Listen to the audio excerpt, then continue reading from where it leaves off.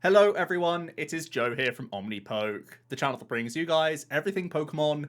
If you're looking for PTCGO codes, including the stuff from Evolving Skies, make sure you go ahead and check out the Potown store. You can get a 5% discount on your order using that code Omnipoke.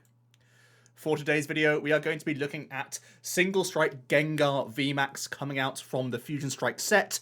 As we know, Single Strike has been doing very well in the Evolving Skies format, so let's see what Gengar can add to the archetype and see if it's going to be worthwhile as an include. So, the basic concept is that Gengar is a lower maintenance option than Urshifu VMAX. It attacks for, well, it has a 2 cost and a 3 cost energy attack.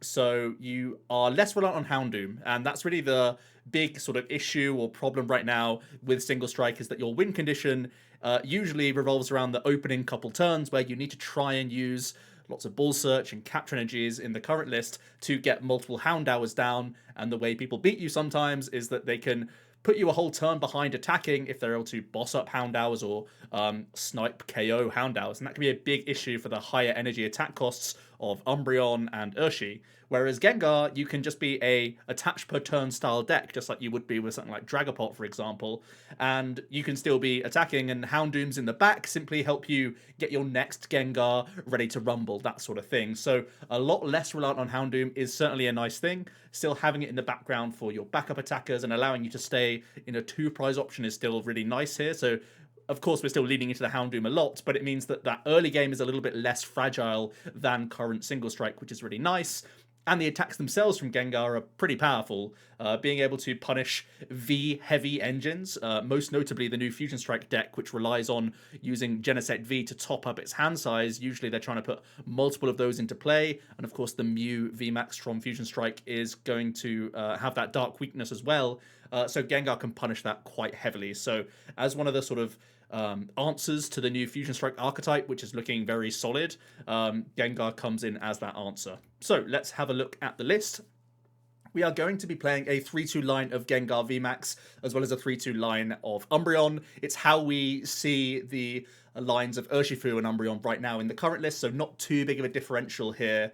The regular V actually has some notable attacks. It's a 210 hit point basic. It has Dark Slumber for Dark. You do 40, and your opponent's active is now asleep with just 1 Single Strike energy to pay that cost. You can be hitting 60, which is knocking out, obviously, some Sobbles and some opposing Houndour, so not something to be slept on. And Pain Explosion is also a decent attack here. For 3 Dark, you do 190 and place 3 counters on this Pokemon. So very similar to the Galarian Moltres, actually. But that 190 isn't the entire story, because again, Single Strike Raw can improve that damage output once we get those energies on. So this can be a nice 2-prize into 2-prize matchup option here, similar to how we see, Umbreon using Moonlight Blade and Impact Blow from Urshifu V. Gengar can do a very similar thing here. So we can be doing up trades thanks to weakness, or just into other 2-prizes where you're attacking into things like Suicune. You'd prefer to be a 2-prize attacker in that sort of instance. So yeah, pretty decent. The 3 counters that you put on yourself, yeah, it can be a little bit annoying, especially because you're already damaging yourself with Single Strike Raw, but just trading 2 for 2 is a nice option here, so something to bear in mind for certain. Then we have that VMAX. I've already touched upon its attacks here, but Fear and Panic is for just 2 dark energies. You do 60 for each of your opponent's V and GX Pokemon in play. Of course, there are no GXs in Standard, but it does cover you for Expanded if you really want to. For the majority of decks in the format right now, we see a lot of Intel engines, which means usually there's only like 1 to 2 Vs in play by the time you're ready to use this Fear and Panic attack.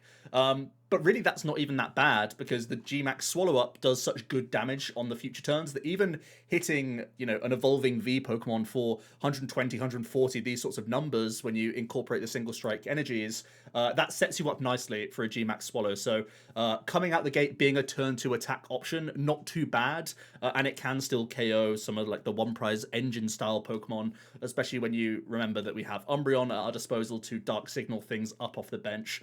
And like I said, this is an all-star option against Fusion Strike, and it's what makes this an appealing archetype in general, weaving in the Gengar package, because you heavily punish Genesect engines.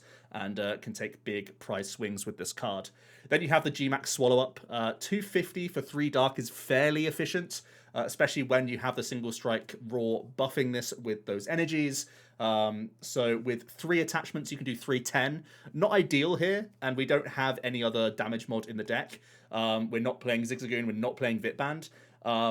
But I think a lot of the time, again, it's down to like type coverage where we're trying to get our 1-hit KOs on VMAXs.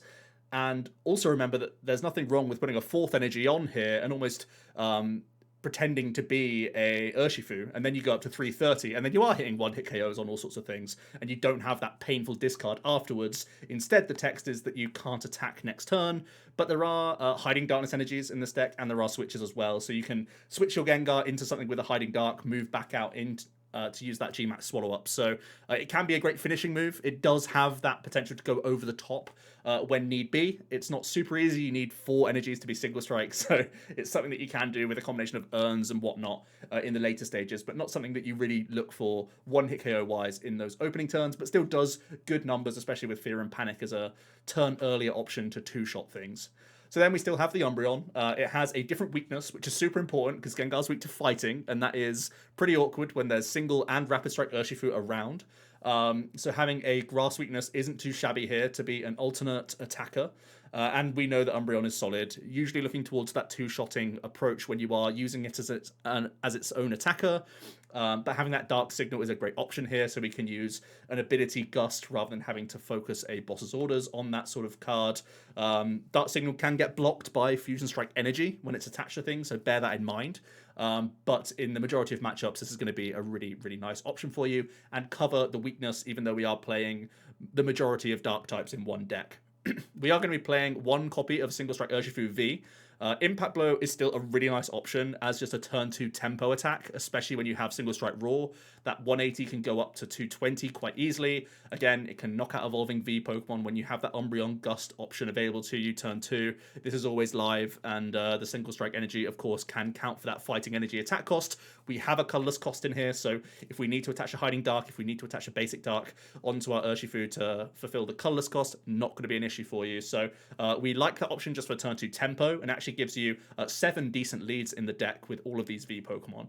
But also it gives us type coverage, not only for the mirror match, knocking out opposing Gengars for a nice uptrade, but also into the likes of Jolteon, which, you know, when you're removing the Urshifu elements, for the most part, you are reducing your win rate a that little bit, although GMAX Swallow Up can still one-shot Jolteons.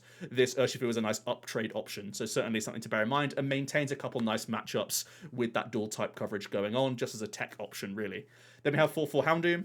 It's still the bread and butter, the backbone of getting into these high energy attack costs, especially important when you're trying to remain 2 prize in certain matchups.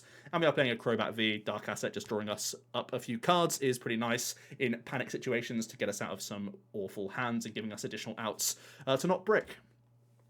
So then onto the trainers. Very simplistic here, because we don't have the 4 of capture energy in this list because of the dark cost of Gengar. And having no colorless in those attack costs, we are weaving in level balls. Oftentimes you do see Great Ball in current single strike lists, but I just really think that when you don't have captures, you want extra Houndour access. So we are going to go for 2 level, 4 quick, 4 incense. Hopefully this gives us better odds of getting early Houndours, and level ball isn't super dead in the late game anyway, because any excess Houndour that you have can be towered as well, so that's always nice. Speaking of which, we're playing 4. We want to always have our Umbreon live, so it's a good bounce to Path. It's going to bounce to other stadiums out there as well in general, and it's going to help us draw a little bit more. We're playing a couple copies of Switch. Yes, the second attack of Gengar means that we can't chain our attacks, but we already play Hiding Dark, like I said, so I think we can steal some spaces in the list and just play a couple copies of Switch, because usually your first Gengar is going to use Fear and Panic first anyway. So you probably take a hit, then you go for the swallow for the KO, then you get KO'd. So then it's like your second Gengar that's looking for one big blow-up attack. So you don't actually care too much about that coming in and out and retreating options. So the switches are just here really to get your optimal lead, you know, going in the opening stages, getting attacking with the right Pokemon early, or just for like trapping situations if Houndour and stuff like that get stuck.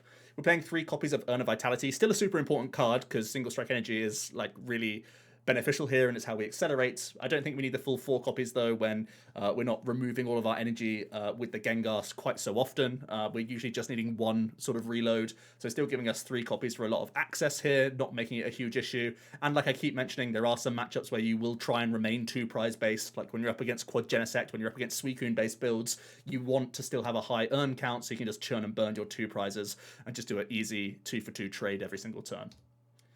Onto the supporters, we're playing 2 copies of Piers. I previously liked Piers in my single strike deck and only really made space for 1, but there's more reason to like Piers in the list now that we have Gengar as a main attacker as well. So we improve our outs with the Piers very often, and guaranteeing single strike energies and hiding dark energies on the right turns means we have a ton of switch outs available with our supporters, and we have a ton of damage mod potential. Like I said, sometimes that VMAX swallow up wants to be entirely costed via the single strike energy, so Piers cherry picking them out of the deck whilst you're also Houndooming them out of the deck is a great option here. So I like Piers. I liked it before, but there's even more reason to like it now in the new builds. A couple of copies of Boss, so we're not completely reliant on Umbreon, especially because, like I said, Fusion Energy can block Umbreon gusting, so still having Boss is nice. 3 copies of Marnie and 4 Research, just because they are still the power supporters of the format. Then onto the energy. The single strike energy obviously going to be maxed out here, but also maxing out the hiding darkness energy. And actually this flip-flops what is currently one of the weaker matchups for single strike, and that will be the Leafeon archetype. We can give our darkness Pokemon no retreat cost now, and even if they are using things like Galamine, you'd still have a 0 retreat cost. So yeah, that's really, really good for you. Flip-flops a matchup, basically forces Leafeon now to have Fan of Waves and Stadium all in one sort of go, so it forces them to draw very, very well, and even after like their first fan, it's going to be rare for them to play like 2-3 copies, that sort of thing. So yeah, Hiding Dark flip-flops what would be a bad matchup for single strike into a very positive one. So that's something to bear in mind, and it is a worry for Leafeon going forward. But in general as well, just having extra pivoting is always nice. We are going to be playing 1 copy of Basic Darkness Energy just for additional outs for early game attachments, and 1 copy of Capture. Of course, it can't be attached to your Gengar very effectively, but when you have Piers, I like the option of just having that extra attachment if it is going on to Urshifu, if it is going on to Umbreon. This is better than a basic energy most of the time. So yeah, I like the sort of 9 outs in the early game for Gengar, a 10th energy in here just to be an extra out to Houndour. When you have Piers, it feels like cherry picking at the right time is an option that I want to have open to me. So here's the list. Pause now if you'd like to. It really does keep a similar shell to the current single strike, so you should be pretty content with how it looks. It's not too different, too dissimilar from our current builds. For tech options, we could go deeper down the rabbit hole with the single strike Urshifu as we know it's right now, and actually thin down the Gengar line. There are actually already a few single strike lists online that have been doing fairly well that play an Ornery Rod and just play like 2-1 lines of some of the VMAXs. I could quite easily see Gengar becoming that sort of tech include of like a 1-1 line or a 2-1 line, that sort of thing, and then you split it off with Urshifu as well. It could be an option. I'm personally not an Ornery Rod gamer, especially when we only play 1 basic energy. Maybe you flip-flop some counts there again. But I could certainly foresee Urshifu remaining in the format because One Blow has higher base damage, even though it is a 4 energy attack cost. Has, Beat Down as an option already is decent into the fighting weak matchups. And you have Wall Breaking, which you lose by not playing in this list. So if you still need a Wall Breaker, the VMAX could still be necessary. I'm not playing Vitality Band. I know a lot of people rave about Vit Band in this deck because you can see quite obviously 310 is not quite perfect. Vit Band pushes you over the edge, similar to like a Zigzagoon could push you over the edge. But you don't have great search in the deck for Vit Band. You probably don't want to play 1 copy. You'd have to go up to 2, and right now I'm just like not seeing many spaces. I'm already being very cheeky with the switch outs. I'm playing 2 Levelable to improve my odds of Houndour, and I don't think I ever take my Houndour outs of my deck. So I'm happy where I am. I don't like many cuts for Vitband. Maybe you can trim down the Gengar count to like a 3-3 potentially. Sorry, it's already at 3-2, so a 2-2. And that opens up a Vitband space to make the Gengar more effective. But ultimately, like a ton of the VMAXs, you already deal with like quite handily. In Mirror, you have your fighting type Urshi, and they already put damage on themselves via their own Houndooms. against Mew and Dragapult, you hit for weakness. Against Jolteon, you hit for weakness, and you can hit 310 anyway without Vitband. So against like a ton of the VMAXs, Vitband doesn't actually matter at all. So yeah, I don't think it's super important. Right now, Tool Jammer is currently in a lot of the single strike decks, but that's because it's such a pain to try and chain one blows. I think you don't necessarily need it anymore now that you can just use Gengar to have that vanilla 250 and then just one single strike energy even helps you get through the toughness cape, Suicunes, and that sort of thing. So I don't think Jammer is important anymore. And if you prefer Great Ball to Level Ball, it's obviously more live in like the mid game and turn 2 and that sort of thing when you're looking to hit VMAXs. But I prefer like the guaranteed Houndour turn 1 is what I'm most afraid of. So yeah, that's why I'm down the Level Ball camp rather than the Great Ball camp. Onto the matchup overview, there's only a couple that I think are super scary. I think, obviously, Mew, we can be hitting for weakness. This is one of the matchups we're trying to punish quite heavily. Same thing for Genesect Toxtricity. We can remain as a 2-prizer in the Gen Tox matchup when we really need to, and just do that trade similar to what we would do against the Suicune. The reason why I say the Suicune is that little bit more awkward is that we don't have much tool removal, so we're forced into the 3-prizer that little bit more often, and then they can punish you with Ludicolo here and there. So that's why I think it's one of our worst matchups. It's actually on paper currently one of the worst matchups for Single Strike anyway, so we haven't changed so much so that that matchup is going to be switched in any way. As you can see, Leafeon is now from a bad matchup to a good matchup, which is very good. Obviously, we have a fighting weak Gengar, which isn't very effective, and Umbreon isn't super effective against Urshifu anyway, especially when they're rapid flowing your Houndours just like old times. So that's one of your worst matchups. Dragapult and Jolteon we can hit for weakness and one hit KO the Jolteon just with Gengar anyway. Inteleon VMAX, I think it actually can be like fairly dicey, but you do have some one hit KO potential, and sometimes just one Gengar one hit KOing like one time is enough for you to just like roll a game. So I think it's like pretty balanced overall. So, and of course you have like your Umbreon that can just deal with their engine at certain points and make life awkward for them. So there's some things to like here overall in that matchup. I think it's fairly balanced. I wouldn't say it's a bad matchup overall. So yeah, trying to punish that Fusion Strike, good against most things. Pretty bad against Suicune and Urshi, which is somewhat of an issue. One thing I will note is that Rapid Strike Urshifu does have to contend now with yet another Psychic type in the format in the form of Mew VMAX. So we'll see how Rapid Strike performs. Overall, it may not be the biggest issue for that to be a bad matchup to take. On to the closing thoughts. I'm really sad that you don't have Capture Energy synergy with Gengar.